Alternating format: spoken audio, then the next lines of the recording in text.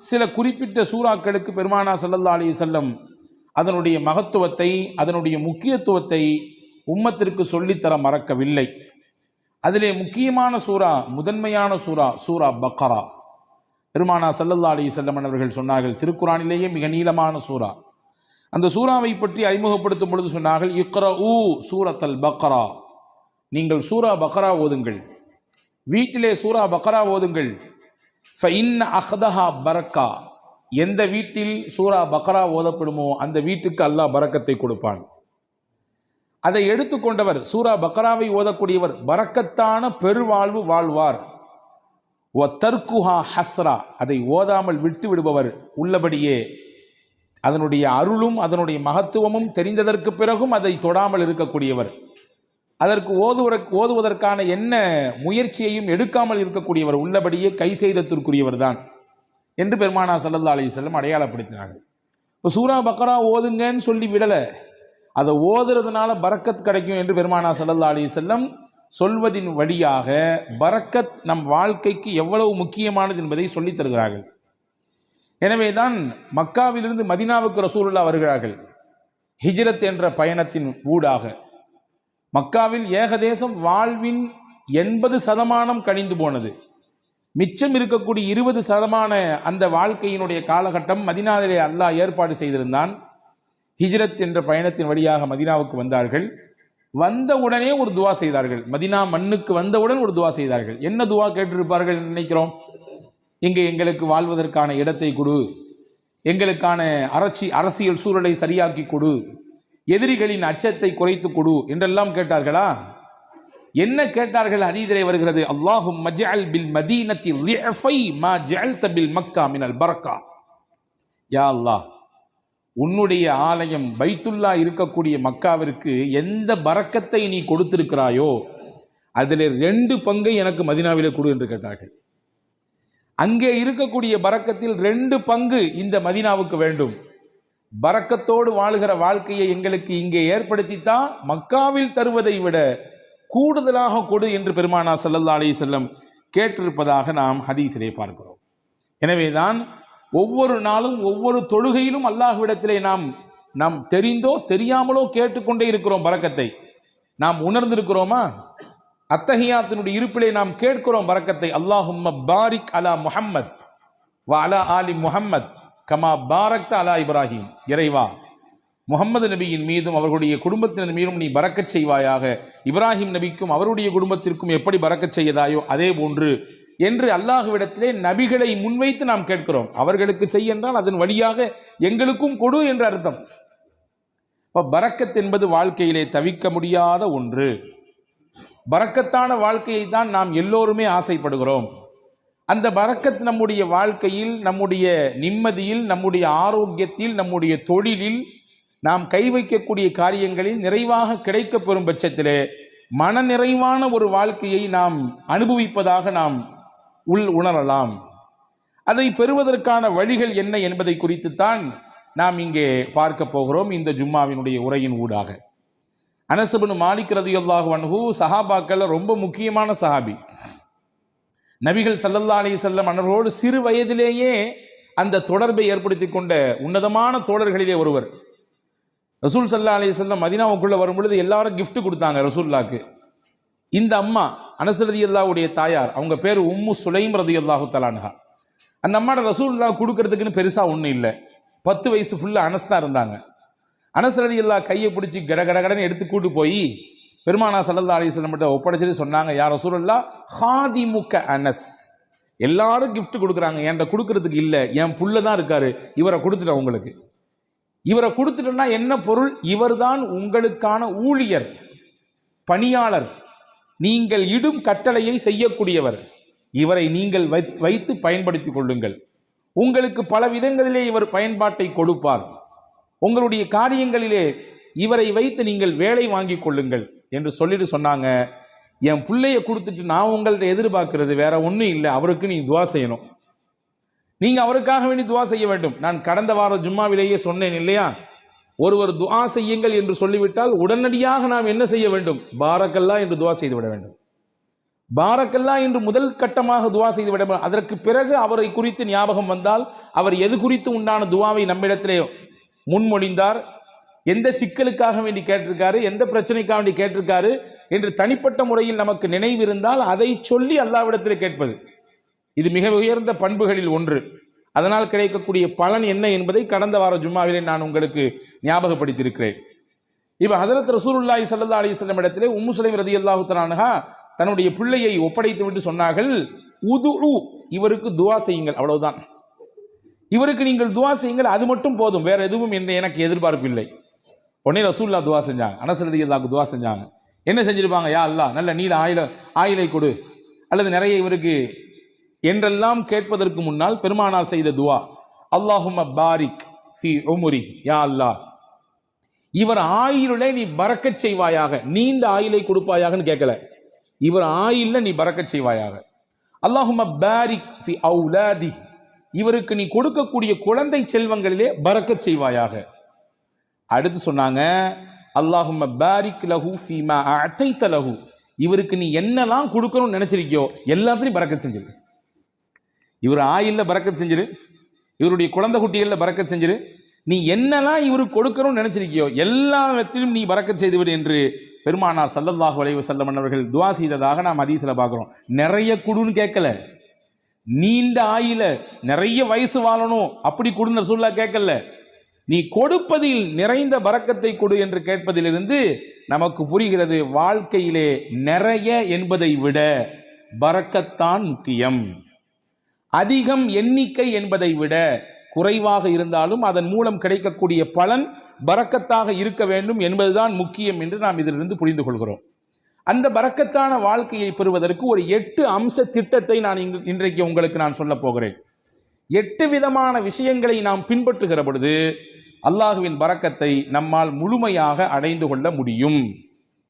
Number 1, முதலில் பரக்கத்தை பெறுவதற்கு நாம் என்ன முயற்சியை மேற்கொள்வது? 1, ரசூலுல்லாஹ் சொன்னாங்க, உங்களில் யார் வயசுல பெரியவங்களோ அவங்களில் நீங்க மரியாதை கொடுப்பதிலிருந்து உங்கள் காரியங்கள் அனைத்திலும் அவர்களை முன்னிலைப்படுத்துவதிலிருந்து அல்லாஹ் உங்களுக்கு பரக்கத்தை தருவான். வாப்பாக்கு வயசாயிடுச்சு, வீட்டில் மூத்தவங்க தான் இருந்தாலும் இந்த விஷயங்கள்லாம் அவங்களுக்கு அந்த அளவுக்கு பிடிபடாது, அதனால சொல்லிக்கலாம், எல்லாம் முடிஞ்சு கடைசியில சொல்லிக்கலாம் என்பதல்ல. ஒரு கட்டத்தில் அவரும் வாலிபம், குழந்தை பேரு, தொழில், வியாபாரம் என்று எல்லாவற்றையும் கடந்துதான் வந்திருக்கிறார். இப்பொழுது அவருக்கு வயதான நிலை, வயோதிகம், அதனாலே அவரை ஒதுக்கி வைக்குதல், தள்ளி வைக்குதல் என்பதெல்லாம் இல்லை. என்ன விஷயம் செய்தாலும் பெரியவர்களுக்கான முன்னுரிமையை, முன்னிலைப்படுத்துதலை, அவர்களுக்கான மரியாதையை நீங்கள் நிறைவாக செய்யுங்கள். இதன் ஊடாக அல்லாஹ் உங்களுக்கு பரக்கத்தை தருவான். எந்த வீட்டில் பெரியவர்களுக்கு மரியாதை இருக்கிறதோ அந்த வீட்டிலே பரக்கத் இருக்கிறது என்று பொருள். எந்த வீட்டில் பெரியவர்கள் உதாசீனம் செய்யப்படுகிறார்களோ, வயதிலே மூத்தவர்கள் வேண்டா வெறுப்பாலோ அவர்கள் பராமரிக்கப்படுகிறார்களோ, அவர்களின் பேச்சுக்கும் அவர்களுடைய ஆலோசனைக்கும் முன்னுரிமை கொடுக்கப்படாமல் தள்ளி வைக்கப்படுகிறார்களோ, புரிந்து கொள்ளுங்கள், அங்கே பரக்கத் எடுபடுகிறது என்று பொருள். பெருமானார் ஸல்லல்லாஹு அலைஹி வஸல்லம் அவர்களுக்கு ஒரு நாள் ஒரு அன்பளிப்பு வந்தது. ஒரு கிண்ணம் நிறைய பால். ரசூலுல்லாஹ் பொதுவாகவே தனக்கு கிஃப்ட் வந்துச்சுன்னா தான் பயன்படுத்துவாங்க. சில நேரங்களில் பக்கத்தில் இருக்கவங்களுக்கு கொடுத்து அதை பயன்படுத்த துவங்குவாங்க. அன்னைக்கு பால் வந்திருக்கு. தபரானி ஷரீஃபில் இந்த ஹதீஸ் வருகிறது. ரசூலுல்லாஹ் உட்கார்ந்துருக்காங்க. அந்த சைடில் பார்த்தீங்கன்னா சையதுனா அபூபக்கர் ரலியல்லாஹு அன்ஹு, சையதுனா உமர் ரலியல்லாஹு அன்ஹு, மூத்த சஹாபாக்கள், இஸ்லாத்தில் மிகப்பெரிய பங்களிப்பு ஆற்றியவர்கள், நபியோடு தங்கள் வாழ்க்கை முழுவதையும் அர்ப்பணித்த ஒரு உன்னதமான சஹாபாக்கள் 2 பேர் இருக்கிறாங்க. மதீனாவில் நடந்த நிகழ்ச்சி இது.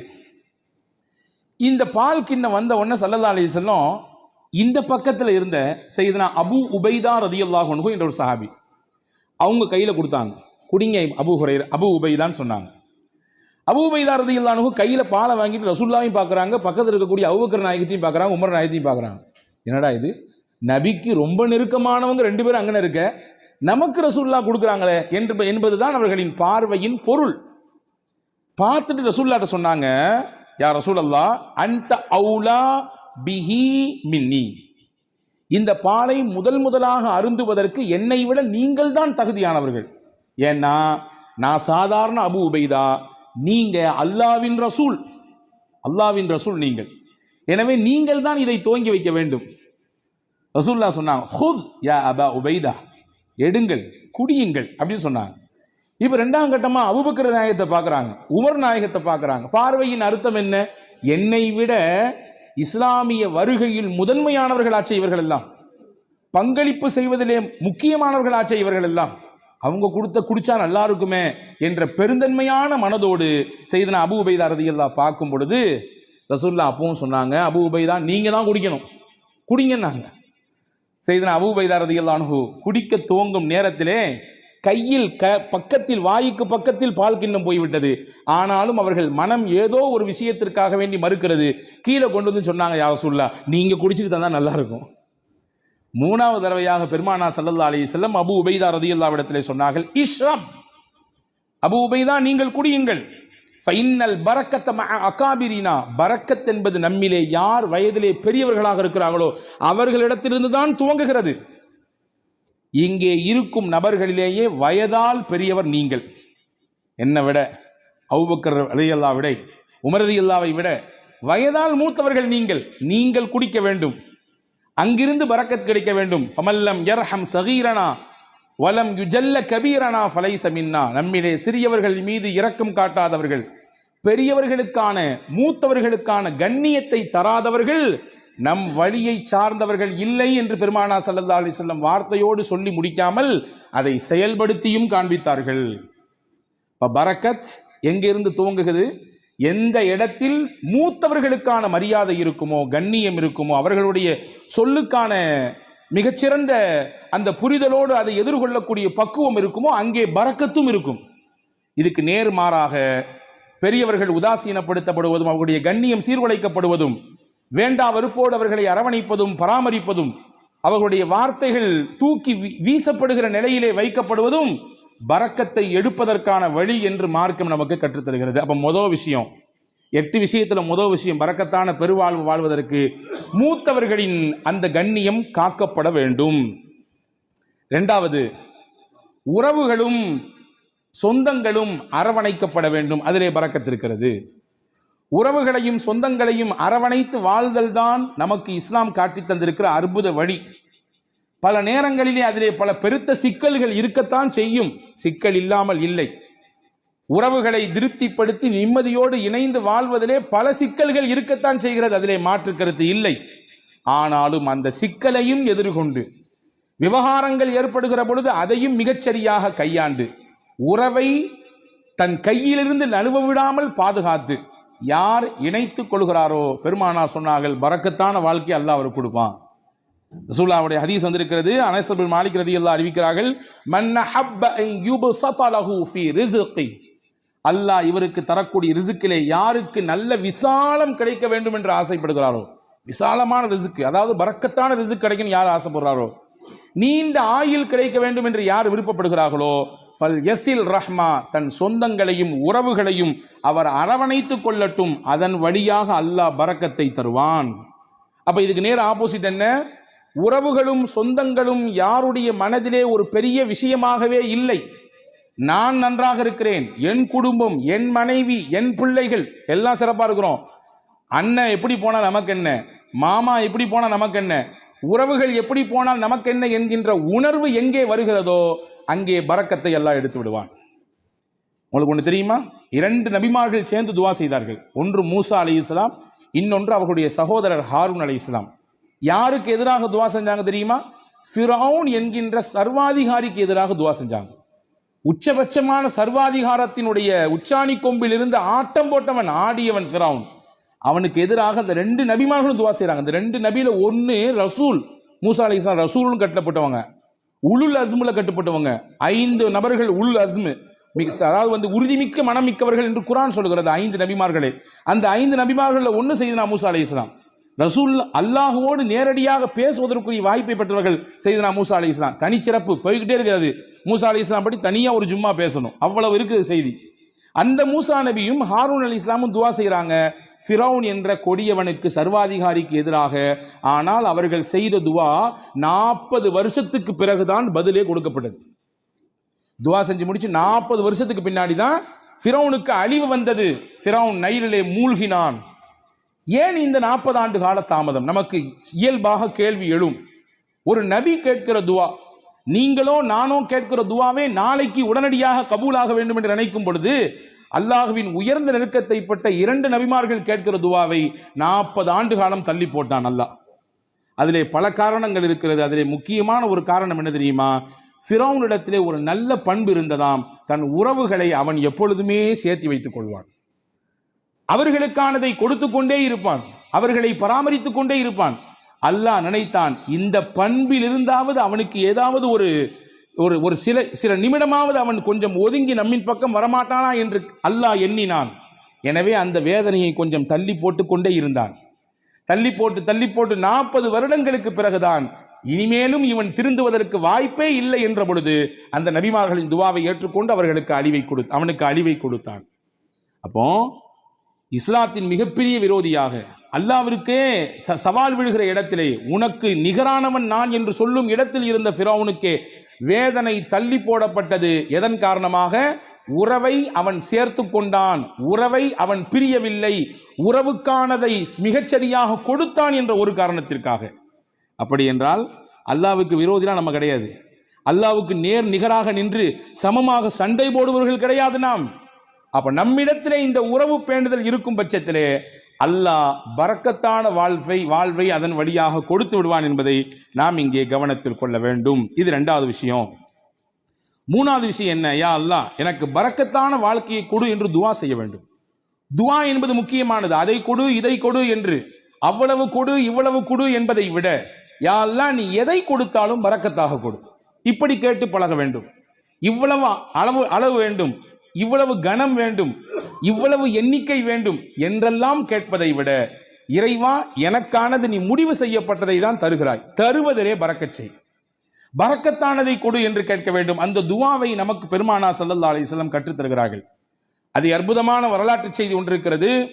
உம்மு சுலைம் ரலியல்லாஹு தஆலா அன்ஹா, அபூ தல்ஹா ரலியல்லாஹு தஆலா அன்ஹு, இவர்கள் இருவரும் தம்பதிகள், கணவன் மனைவி.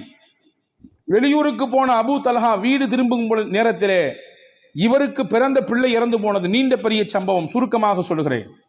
ஆனால் கணவன் வந்தவுடன் இந்த துக்க செய்தியை மனைவி தன் கணவரிடத்திலே சொல்லாமல் அந்த கணவனை திருப்திப்படுத்தினாள். நல்ல உணவு கொடுத்தாள், சமைத்து கொடுத்தாள், நன்றாக அவருக்கு பரிமாறினாள். இரவிலே அந்த கணவனின் திருப்தியோடு அவரை மிக சந்தோஷப்படுத்தினார் அந்த பெண்மணி. மகிழ்ச்சியாக அவர்களுக்கு அந்த இரவு தாம்பத்தியத்திலே கழிந்தது. அந்த நிலை முடிந்ததற்கு பிறகு அபூ தல்ஹா ரலியல்லாஹு இடத்திலே உம்மு சலமா ரலியல்லாஹு சொன்னாங்க, உங்களிடத்திலே யாராவது ஒருவர் ஒரு அமானிதம் கொடுத்து வைத்தார், கொடுத்தவர் வந்து திரும்பி கேட்டார்னா நீங்க கொடுப்பீங்களா மாட்டீங்களான்னு கேட்டாங்க. அபூ தல்ஹா சொன்னார், எப்படி கொடுக்காம இருக்க முடியும், கொடுத்தவர் கேட்டா திருப்பி கொடுக்கத்தானே செய்யணும். அவங்க சொன்னாங்க, அல்லாஹ் நமக்கு பிள்ளையை கொடுத்தான், அவனே எடுத்துக்கிட்டான். என்ன நிலை! இப்படி நான் வந்த உடனே இந்த செய்தியை சொல்லாம இப்படி நான் இப்பொழுது நான் அசுத்தமாக இருக்கும் நிலையில் இப்படி சொல்றியே, நாளை கால் நபி இடத்திலே நான் போவேன், இந்த செய்தியை சொல்லுவேன், என்ன ஏதென்று கேட்பேன் என்று ஹஸரத் அபூ தல்ஹா ரலியல்லாஹு அன்ஹு சொன்ன பொழுது மறுநாள் காலை விடிந்தது. நபி இடத்திலே போனார்கள், செய்தியை சொன்னார்கள். ரசூலுல்லாஹ் அங்கே ஒரு அழகான துவாவை செய்தார்கள். நேற்றிரவு நீங்கள் இருவரும் ஒன்று கூடினீர்கள், தாம்பத்திய உறவை வைத்துக் கொண்டீர்கள். அல்லாஹும்ம பாரிக் லகுமா ஃபீ காபிரி லைலத்திகுமா, நேற்றிரவு நீங்கள் கூடிய கூடுதலிலே அல்லாஹ் பரக்கத் செய்வானாக, உங்களுக்கு மிகச்சிறந்த பகரத்தை தருவானாக. எந்த பொறுமையோடும் எந்த அல்லாஹ்வின் நம்பிக்கையோடும் உங்கள் மனைவி அப்படியான ஒரு நிலையை மேற்கொண்டார்களோ அதற்கு பகரமாக அல்லாஹ் உங்களுக்கு பரக்கச் செய்வான், சிறந்த சந்ததியை தருவான் என்று துவா செய்தார்கள். வரலாற்றிலே வருகிறது, அங்கே இருந்து பிறந்த பிள்ளை வாழ்வாங்கு வாழ்ந்தார்கள், செழிப்பாக வாழ்ந்தார்கள். கல்வி, பொருளாதாரம், வாழ்க்கையின் மேல்தட்டில் இருக்கும் விதத்திலே, எல்லோரும் பார்த்து போற்றும் விதத்திலே அந்த பிள்ளைகளின் வாழ்க்கை எல்லாம் இருந்தது. இதற்கு மூல முக்கிய காரணம் நாயகத்தினுடைய துவா. துவா செய்யணும், யா அல்லாஹ் நீ கொடுப்பதிலே எங்களுக்கு பரக்கச் செய்வாயாக, என்ன கொடுத்தாலும் பரக்கத்தாக கொடுப்பாயாக என்று துவா செய்ய வேண்டும். இது பரக்கத்தான வாழ்க்கைக்கான 3வது அம்சம். 4வது அம்சம் என்ன? நம்மிடத்தில் எது இருக்கிறதோ அதை பகிர்ந்து கொள்ள வேண்டும். பகிர்தலிலே பரக்கத் இருக்கிறது. தனக்கும் மட்டும்தான், தன் குடும்பத்துக்கு மட்டும்தான் என்கின்ற குறுகிய மனப்பான்மையிலிருந்து வெளியே வர வேண்டும். எது இருந்தாலும் அதை பகிர்கிற அந்த பக்குவம் எந்த நபரிடத்திலே வருகிறதோ அல்லாஹ் தானாக பரக்கத்தை தருவான். ரசூலுல்லாஹி ஸல்லல்லாஹு அலைஹி வஸல்லம் உடைய ஹதீஸ் வந்திருக்கிறது, தஆமுல் வாஹிதி யக்ஃபிஸ் இஸ்னைன் வ தஆமுல் இஸ்னைனி யக்ஃபில் அர்பஅ. 2 நபருக்கான உணவு தான், ஆனா 3 பேர் வந்துட்டாங்க. ஐயோ 2 பேர் தானே சாப்பாடு இருக்குது, 3வது நபர் வந்துட்டாரே என்று யோசிக்க வேண்டாம், விரிச்சு வைங்க, அவரையும் சேர்த்துங்க. அல்லாஹ்வின் ரசூல் சொன்னாங்க, 2 பேருக்கான உணவாக இருந்தாலும் நீங்கள் பகிர வேண்டும் என்ற சிந்தனைக்கு வந்துவிட்டால் அதை 3 போதுமானதாக அல்லாஹ் ஆக்கி விடுவான். 3 பேருக்கான உணவு தான், ஆனா 5 பேர் இருக்கிறாங்க, 2 பேரை தள்ளி விடாதீங்க, இது பத்தாது, நமக்கே பத்தாது, யானை பசிக்கு சோள புரியா அப்படின்னு கேட்ட மாதிரிலாம் நம்ம கதை பேச வேண்டாம், சேர்த்திக்குங்க. ரசூல் சொன்னாங்க 3 நபருக்கான உணவு தான், நீங்கள் சேர்த்து ஷேர் செய்யும் பொழுது, அதிலே பகிர வேண்டும் என்ற எண்ணம் வரும் பொழுது அதிலே அல்லாஹ் 5 நபருக்கான பரக்கத்தை செய்து விடுவான். இது வாழ்க்கையிலே யாரெல்லாம் இந்த ஷேரிங்ல இருக்கிறாங்களோ அவங்க எல்லாம் கண்கூடாக பார்க்க முடியும், கண்கூடாக பார்க்க முடியும். ரசூலுல்லாவுக்கு ரொம்ப பிடித்த குடும்பம் ஒரு குடும்பம் இருந்தது, அல் அஷ்அரி. ரொம்ப பிடிக்கும் அவங்கள ரசூலுல்லாவுக்கு. எந்த அளவுக்குன்னா அவங்க என் குடும்பம் ரசூலுல்லாஹ் சொன்னாங்க, என் குடும்பம் அவங்க, என்னிலிருந்தும் அவர்கள், அவர்களிலிருந்தும் நான் என்று சொன்னார்கள். சஹாபாக்கள் ஒன்று புரியும், ஏன் இந்த குடும்பத்தை மட்டும் ரசூலுல்லாஹ்க்கு ரொம்ப பிடிக்குது? விவரத்தை கேட்டு போனா ரசூலுல்லாஹ் சஹாபாக்கள்கிட்ட சொன்னாங்க, அவங்கள்ட்ட ஒரு சிறந்த பண்பு இருக்குது, தாங்கள்கிட்ட எல்லாரும் ஒரு பயணத்தில் போனானா எல்லாரும் தனித்தனியாக சாப்பாடு கொண்டு வருவாங்க, யாராவது 1-2 பேருடைய சாப்பாடு சீக்கிரமாக தீர்ந்து போயிடும். நீண்ட தூர பயணம் என்பதினாலே அவர்களை அப்படியே கழட்டி விட்டுற மாட்டாங்க, நீங்கள் கொண்டு வந்து காலியாக போச்சா அப்படித்தான் போச்சு, இப்போ இன்னும் ரொம்ப தூரம் இருக்குது, இன்னும் 500 கிலோமீட்டர் போனோம் அப்படித்தான் என்று விட்டு விட மாட்டார்கள். சாப்பாடு இல்லாதவர்களையும் சேர்த்து ஒரே இடத்தில் உட்கார வைத்து ஒரு பெரிய துணியை எடுத்து கொண்டு வந்த மொத்த சாப்பாடையும் அதிலே கொட்டி கலந்து இருப்பவர்களுக்கெல்லாம் பகிர்ந்து கொடுப்பார்கள். இந்த பகிர்தல் என் பண்பு, என்னுடைய குணம், அது அவங்கள்ட்ட இருக்கிறதுனால அவங்க எங்க குடும்பம் நாங்கள் ரசூல் ஸல்லல்லாஹு அலைஹி வஸல்லம். பகிர்தல் இது பரக்கத்திற்கான பெரிய வழி. நம்மிலே எது இருக்கிறதோ அதை பகிர்ந்து கொள்வது, குடிப்பதற்கு இவ்வளவுதான் நீர், அதை பகிர்ந்து கொள்வது, உணவு இவ்வளவுதான் இந்த இடத்திற்கான விஷயம், பகிர்ந்து கொள்வது. எனக்கு மட்டும் வேணும், என் குடும்பத்துக்கு மட்டும் வேணும் என்று முன் தயாரிப்பு செய்து முன்னால் எடுத்து வைப்பதை விட இருப்பதை கொண்டு பகிர்வதனால் அல்லாஹ் பரக்கத்தை தருவான். இது 4வது வழி. 5வது பரக்கத்துக்கான முக்கியமான வழி, இன்னைக்கு நம்மள பல பேர் மறந்துவிட்ட விஷயம், சாப்பிடும் பொழுது எல்லாரும் சேர்ந்து உட்கார்ந்து சாப்பிடுங்க. நாங்கள் சொல்லலாம், எல்லாரும் சேர்ந்து உட்கார்ந்து சாப்பிடுங்க, தனித்தனியாக சாப்பிடாதீங்க. ஆனால் இன்னைக்கு காலப்போக்கில் வேக உலகத்தில் இருக்கிறோம் நாம், அதனாலே பல விஷயங்களை இழந்து விட்டோம். ஆனால் நம் முன்னோர்கள், நம்முடைய தாய் தகப்பன், நம் தாதி எல்லாம் நம்முடைய வீடுகளிலே சேர்ந்து தான் உட்கார்ந்து சாப்பிடுகிற வழக்கத்தை சொல்லி தந்திருக்கிறார்கள். இன்னைக்கு வரையும் சில ஊர்களிலே கலன் சாப்பாடு என்று ஒன்று இருக்கிறது, ஒரே பிளேட்ல உட்கார்ந்து மொத்தமாக சாப்பிடுறது, ஒரே பிளேட்ல உட்கார்ந்து 4 பேர் 5 பேர், இதுவெல்லாம் நிகழ்ச்சிகளுக்கு என்பதை தாண்டி சாதாரணமாக இயல்பாக அன்றாட சாப்பாடு அப்படி சாப்பிடுகிற பழக்கம் இன்னைக்கும் சில ஊர்களிலே இருக்கிறது. ஆனால் கால ஓட்டத்தில் அதெல்லாம் நம்ம விட்டுட்டோம். ஒரே வீட்டில் இருக்கிறோம், 5 பேர் தான் இருக்கிறோம், 5 பேரும் 5 டயத்தில் சாப்பிட்றோம். சஹாபாக்கள் வந்து ரசூலுல்லாஹ்ட்ட ஒரு நாள் சொன்னாங்க, யா ரசூலல்லாஹ் இன்னா நாக்குலு வலா நஷ்பஉ, நிறைய சாப்பிட்றோம், வயிறே நிறைய மாட்டேங்குது, என்ன செய்யறதுன்னு கேட்டாங்க. சஹாபாக்கள் ரசூலுல்லாஹ் கேட்டாங்க, அன்தும் தாக்குலூன ததஃபர்ரகூன், எல்லாருமே தனித்தனியாக சாப்பிட்ற மாதிரி தெரியுது, ஆமாவான்னு கேட்டாங்க. எல்லாரும் வீட்டில் சேர்ந்து சாப்பிட்றீங்களா தனித்தனியாக சாப்பிட்றீங்களா? இல்லை தனித்தனியாக சாப்பிட்றோம். ரசூல் சொன்னாங்க, இஜ்மாஉ அலா துஆமிக்கும் வذ்குரு ஸ்மல்லாஹி அலைஹி யுபாரக லக்கும் ஃபீஹா. 2 விஷயத்தை செய்யுங்க சாப்பிடும் பொழுது, எல்லாரும் சேர்ந்து சாப்பிடுங்க, முடிந்த அளவுக்கு சேர்ந்து சாப்பிடுங்கள். சேர்ந்து சாப்பிடுவதற்கு ஒரு நாளில் ஒரு வக்து தான் முடியும், இந்த நேரத்தில் மட்டும்தான் எங்களால் சேர்ந்து சாப்பிட இயலும், காலை அல்லது இரவு அல்லது மதியம், அந்த ஒரு நேரத்தில் எல்லாரும் சேர்ந்து உட்காருங்கள். குடும்பத்தோடு சேர்ந்து உட்கார்ந்துட்டு சாப்பிட்றதுக்கு முன்னாடி பிஸ்மில்லா என்று சொல்லுங்கள். நீங்க கை தொட்டு கேளுங்க, நானும் என் நெஞ்சத்தில் கை தொட்டு கேட்கிறேன். அன்பர்களே, எத்தனை குடும்பத்திலே எல்லாரும் சேர்ந்து உட்கார்ந்து பிஸ்மில்லாஹிர் ரஹ்மானிர் ரஹீம் என்று சத்தம் போட்டு சொல்லி நாம் அந்த சாப்பாட்டிலே கையெடுத்து வைக்கிறோம். மலேசியா போன்ற பெருநகரங்களிலே அல்லாஹ் பரக்கத்தை கொட்டுகிறான், அது தனிப்பட்ட விஷயம். நான் அங்கே இருக்கக்கூடிய ஒரு சிறப்பு அம்சத்தை சொல்லுகிறேன். சாப்பிடும் பொழுது குடும்பத்தில் உட்கார்ந்து விட்டால் உடனடியாக யாரும் உணவிலே கை வைக்க மாட்டார்கள், எல்லாரும் உட்காரணும். உட்கார்ந்த உடனே அந்த வீட்டில் இருக்கக்கூடிய பெரியவர் சொல்லுவார், பிஸ்மில்லாஹிர் ரஹ்மானிர் ரஹீம் ஆரம்பிங்கம்பார். அதுக்கு பின்னால் தான் சாப்பிடவே துவங்குவார்கள். எனக்கு என்னவோ தெரியவில்லை, அந்த வார்த்தையை அவர்கள் முழுவதுமாக பின்பற்றுவதானோ என்னவோ அல்லாஹ் பரக்கத்தை கொட்டென்று கொட்டுகிறார், பல ரூம்களில் தர்றான். எனவே உணவின் சமயத்திலே நாம் சேர்ந்து சாப்பிடுவது பரக்கத்திற்கான முக்கியமான வழி. இது 5வது விஷயம். 6வது விஷயம் என்ன? ரசூலுல்லாஹ் சொன்னாங்க, உங்க வீட்டுக்குள்ள போகும்போது சலாம் சொல்லிட்டு போங்க, சலாம் சொல்லிட்டு வெளியே வாங்க, இது பரக்கத்தை உங்க வீட்டுக்கு தரும்னாங்க ரசூலுல்லாஹ். ஹஸரத் ரசூலுல்லாஹ் சொன்னாங்க, 3 விஷயம் அல்லாஹ்வுடைய பொறுப்பு, அல்லாஹ்வுடைய கண்ட்ரோல்ல வந்துடுது. அதில் 1 மன் தஹல பைத்தஹு வஸல்லம ஃபஹுவ லாமினுன் அலல்லாஹ். யார் வீட்டுக்கு நுழையும் பொழுது சலாம் சொல்லிட்டு போறாரோ அவர் அல்லாஹ்வுடைய கஸ்டடியில வந்துடுறாரு, அல்லாஹ்வுடைய நேரடி பார்வையில வந்துடுறாரு. அவருக்கானதை அல்லாஹ் கொடுத்து விடுவான். ஹதீஸ்ல இப்படி ஒரு வார்த்தை வருது, இன் ஆஷ ருஸிக வ குஃபிய. அவர் வாழ்ந்தால் மனநிறைவான வாழ்க்கையை வாழ்வார். வ இன் மாத்த அதுஹலகுல் ஜன்னா. இதை அப்படி கண்டினியூவா ஃபாலோ பண்ணாருன்னு சொன்னா 3 விஷயம் சொன்னாங்க.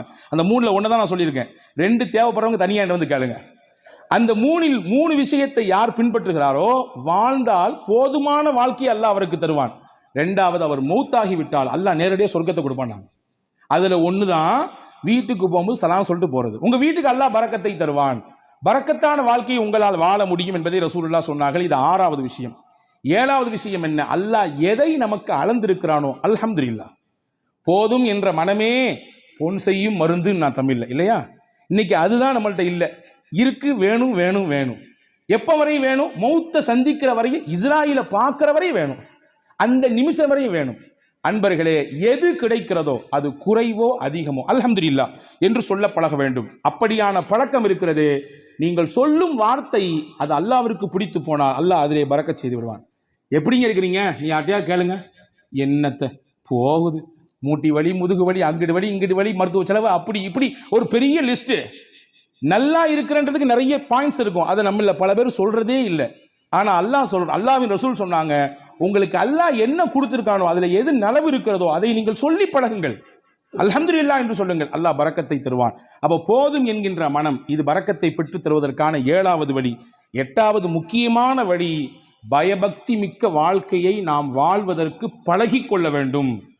தக்வா மிக்க வாழ்க்கையை நம்முடைய தொழிலில், நாம் சந்திக்கும் நபர்களில், நாம் பேசும் பேச்சில், நாம் பார்க்கும் பார்வையில், நாம் நடக்கும் நடையில், உடையில், பாவனையில், அனைத்திலும் அல்லாஹ் ஒருத்தன் நம்மளை பார்த்துக்கிட்டு இருக்கான்னு சிந்தனையில் வாழணும். அந்த சிந்தனை நம்மள பல பேருக்கு பல சமயங்களில் போறதுனால தான் பாவத்தில் போய் விழுந்துடுறோம். ரசூல் சொன்னாங்க, யாருக்கு இந்த தக்வா மிக்க வாழ்க்கையை வாழ வேண்டும் என்ற பிரியம் வந்து விடுகிறதோ, பரக்காத்தின் மின சமாய் வல்லர், வான பூமியில் என்ன பரக்கத்து இருக்கோ எல்லாத்தையும் அல்லாஹ் கொண்டு வந்து கொட்டிடுவான்.